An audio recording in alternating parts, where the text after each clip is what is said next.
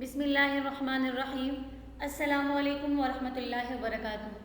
اہلا و سہلا اقرا معہد الحافظات بشاور شارع ورثہ جماعت نحمد مضمون المنحف سبق نمبر 16۔ گزشتہ دو اسباق میں منصوبات کی پہلی قسم مفعول بہ کی تعریف اور وہ مواقع جہاں مفعول بہ کے فعل کو کسی قرینے کی وجہ سے حذف کیا جاتا ہے اور اس طرح منادہ کے اعراب کے بارے میں پڑھ لیا تھا۔ آج کے درس میں منصوبات کی دوسری قسم مفعول مطلق کے بارے میں پڑھیں گے۔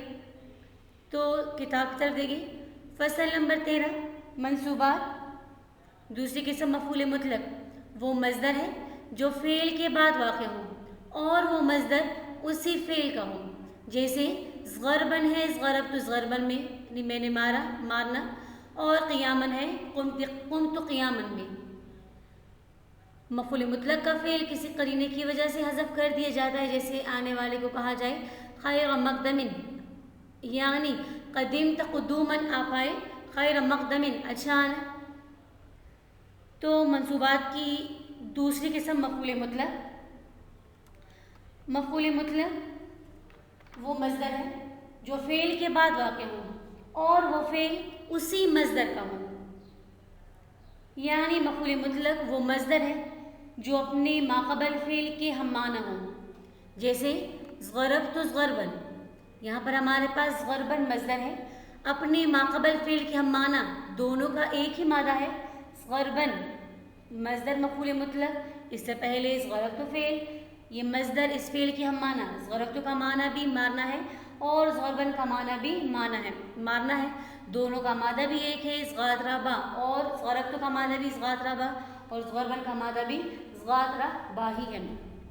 تو یہ ضربت ضربن میں ضربت فعل تو ضمیر فاعل اور ضربن مفعول مطلق، کیونکہ مصدر ہے، یہ مصدر سے پہلے فعل واقع ہے اور یہ فعل اسی مصدر کے معنی میں ہے، یعنی یہ مصدر اسی فعل کے معنی میں ہے، لہٰذا اس مصدر کو ہم مفعول مطلق کہیں گے۔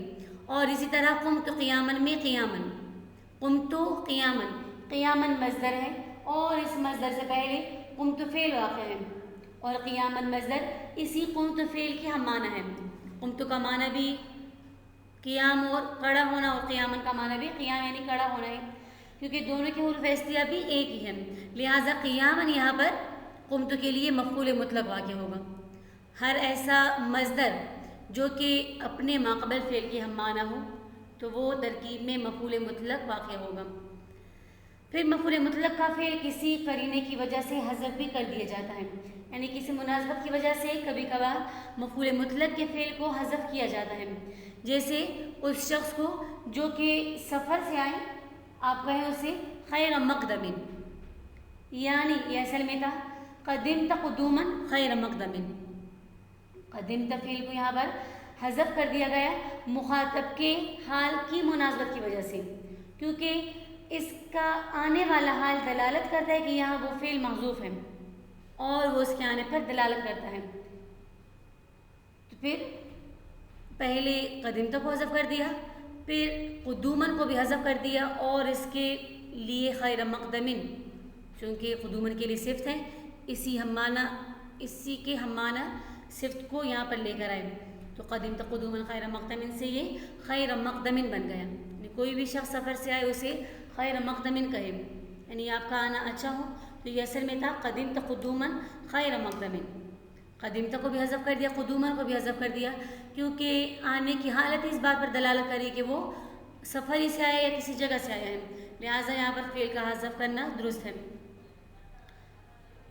منصوبات کی تیسری قسم مفعول لہ، وہ اسم ہے جس کے سبب سے فعل واقع ہوا ہے، جیسے قمت اکرامن لزید، میں کھڑا ہوا زید کے اکرام کے لیے، وضربتہ تأدیباً، اور میں نے مارا اس کو ادب سکھانے کے لیے۔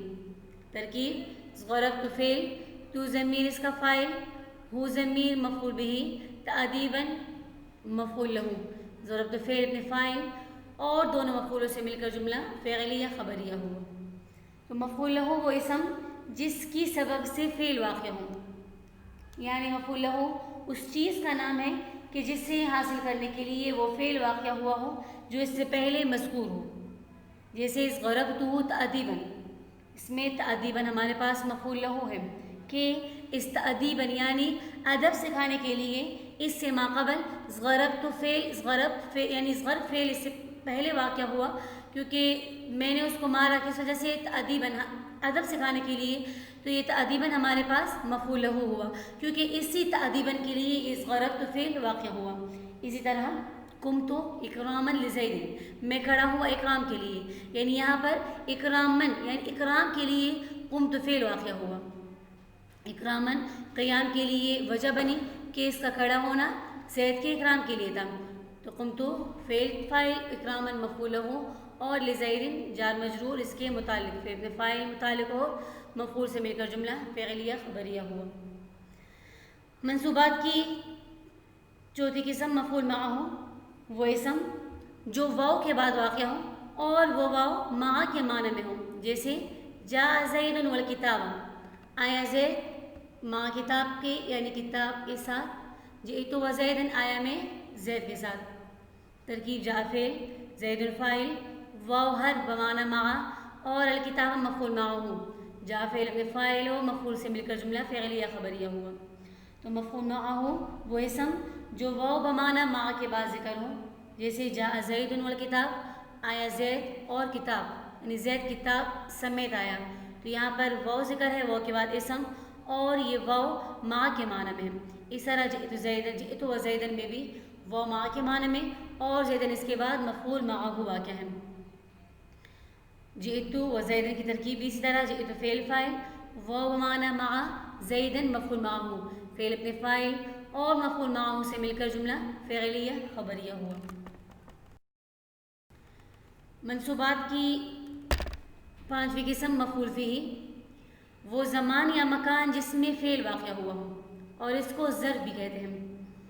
یعنی کسی زمانے یا مکان میں کوئی فعل واقع ہو تو اسے ہم مفعول فیہ کہیں گے اور اس کو ظرف بھی کہا جاتا ہے. جس طرح ظرف میں برتن میں کوئی چیز رکھی جاتی ہے تو گویا یہ جگہ یا مکان یہ بھی اس فعل کے لیے ظرف کے ہی قائم مقام ہے، اس لیے اس کو ظرف بھی کہتے ہیں. پھر ظرف کی دو قسمیں ہیں، ظرف زمان اور ظرف مکان. پھر ظرف زمان جس میں وقت کے معنی ہو، اس کی دو قسمیں ہیں. نمبر ایک مبہم، نمبر دو محدود. یعنی ظرف زمان ظرف مکان ان دونوں کی دو قسمیں، مبہم محدود، ظرف زمان مبہم، ظرف زمان محدود، ظرف مکان مبہم اور ظرف مکان محدود. مبہم کسے کہتے ہیں؟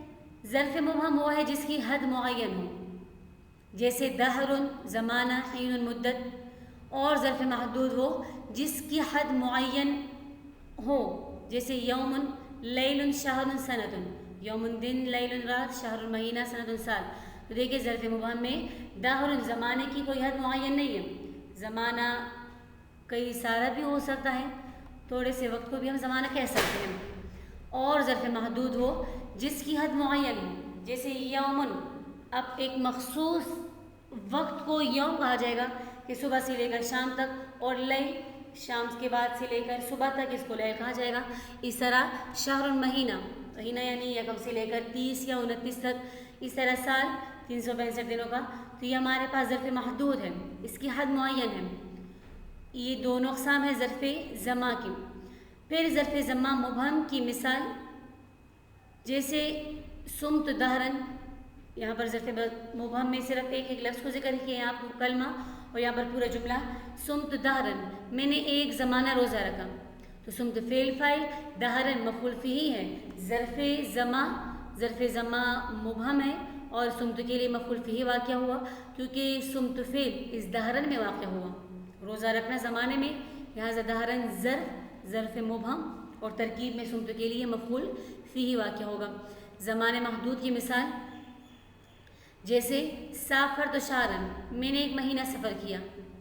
تو یہاں پر سافرت سفر کرنا مہینے میں واقع ہوا، تو شہرن سافرت فعل کے لیے مفعول فیہ واقع ہوگا، ظرف واقع ہوگا، اور ترکیب میں ہم اسے سافرت کے لیے مفعول فیہ بنائیں گے. ظرف زمان ظرف کی دوسری قسم چونکہ ظرف مکان تھی، تو یہاں پر اب ظرف مکان کے بارے میں کہ ظرف مکان اسے کہتے ہیں جس میں جگہ کا معنی ہو. ظرف زمان اسے جس میں وقت کا معنی اور ظرف مکان جس میں جگہ کا معنی پایا جائے. اس کی بھی ظرف زمان کی طرح دو اقسام، ظرف مکان مبہم اور ظرف مکان محدود. مبہم وہی جس کی حد معین ہو اور یعنی جو جگہ معین، اور محدود جو کہ جس کی حد معین نہ ہو. محدود میں حد معین ہو اور مبہم میں حد معین نہ ہو. جیسے مکان مبہم کی مثال جلست خلفک وقمت امامک. اگر ہم اس کی الگ سے مثال لکھ لیں صرف ایک لفظ جس طرح کے ظرف مبہم اور محدود میں ہے تو مکان مبہم میں ہمارے پاس خلف اور امام ہے. اور اس کی پھر یہاں پر پوری مثال جلست خلفک، میں آپ کے پیچھے بیٹھا، وقمت امامک، اور میں آپ کے آگے کھڑا ہوا. تو جلست فعل کہاں پر واقع ہوا؟ خلفک، پیچھے واقع ہوا یعنی مخاطب کے پیچھے. اور قیام فعل امامک، مخاطب کے سامنے واقع ہوا، لہٰذا خلفک جلست کے لیے مفعول فیہ واقع ہوگا، ظرف مکان مفعول فیہ، اور امامک قمت کے لیے مفعول فیہ واقع ہوگا. یہ مکان مبہم کی مثال، کیونکہ خلف اور امام کی کوئی حد معین نہیں. زمین کے آخری حصے تک مراد لیا جا سکتا ہے کہ میں کہوں کہ جلست خلفک، میں آپ کے پیچھے بیٹھی ہوں، تو پیچھے بیٹھنے میں کئی ساری جگہ آ سکتی ہے کہ میں آپ کے بالکل متصل بیٹھی یا کئی دور بیٹھ گئی. اور اس طرح قمت امامک، میں آپ کے آگے کھڑی ہوئی. تو اس میں بھی امام میں کئی زیادہ جگہ آ سکتی ہے، تھوڑی سی بھی اور زیادہ کی کوئی حد متعین نہیں. اور اس طرح جلست فی الدار وصلیت فی المسجد مکان محدود کی مثال ہے جس کی کوئی حد معین ہو، جیسے دار اور مسجد. یہ ہمارے پاس ظرف مکان محدود کی مثال. پھر جملے میں جلست فی الدار، میں گھر میں بیٹھا اور میں نے مسجد میں نماز پڑھی.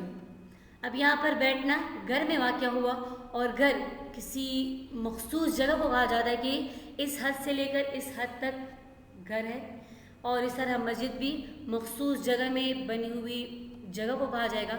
تو میں بیٹھی گھر میں، میں بیٹھا گھر میں، تو یہاں پر دار جلست کے لیے ظرف، کیونکہ جلست فعل دار میں واقع ہوا، لہٰذا یہ ترکیب میں جلست کے لیے مفعول فیہ واقع ہوگا. اسی طرح نماز پڑھنا مسجد میں واقع ہوا تو مسجد صلیت کے لیے ظرف مکان ہے، اور ترکیب میں ہم اس کو صلیت کے لیے مفعول فیہ.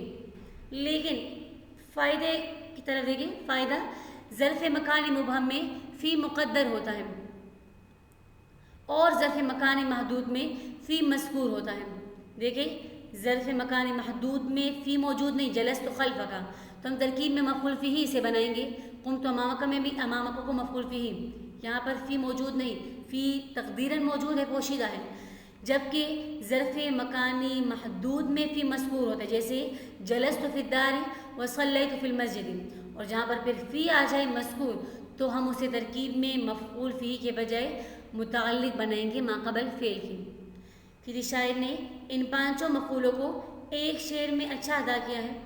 حمدت حمدن، میں نے تعریف بیان کی، حمد کے ساتھ حامد کی حمد کے ساتھ تعریف بیان کی، رعایت شکری، اس کے شکر کا لحاظ کرتے ہوئے، دہرن مدیرن، ایک دراز زمانے تک، ایک زمانے دراز تک. تو دیکھیں یہاں پر پانچوں مفاعیل کو ذکر کیا. حمدتو فعل فاعل، حمدن چونکہ حمدتو فعل کے ہی معنی میں ہے تو یہ حمدن ہمارے پاس مفعول مطلق. حامدن و حمیدن، حامدن حمدتو کے لیے مفعول، حامدن حمدتو فعل کے لیے مفعول بھی، واو بمعنی مع، حمیدن مفعول معہ، رعایت شکری، رعایت مضاف، شکری ہی مضاف مضاف الیہ سے مل کر رعایت کے لیے مضاف الیہ، پھر یہ دونوں مل کر حمدتو کے لیے مفعول لہ، کیونکہ حمدتو فعل اس کے شکر کا لحاظ کرنے کے لیے ہوا. دہرن مدیدن، دہرن موصوف، مدیدن سے موصوف صرف مل کر، کیونکہ یہ زمانہ اس میں موجود ہے اور جہاں پر زمانے کا ذکر ہو تو وہ ترکیب میں مفعول فیہ واقع ہوتا ہے. دہرن مدیدن حمدتو فعل کے لیے مفعول فیہ، حمدتو فعل اپنے فاعل اور پانچوں مفاعیل سے مل کر جملہ فعلیہ خبریہ ہوا. یہ تھا آج کا سبق. امید ہے آپ لوگوں کو سبق کی سمجھ آ گئی ہوگی. سبق اچھی طرح سے یاد کر لیں اور تمام طرح کی اپنی خراسات میں لکھ لیں. جزاکم اللہ خیرا کثیرا. السلام علیکم ورحمۃ اللہ وبرکاتہ.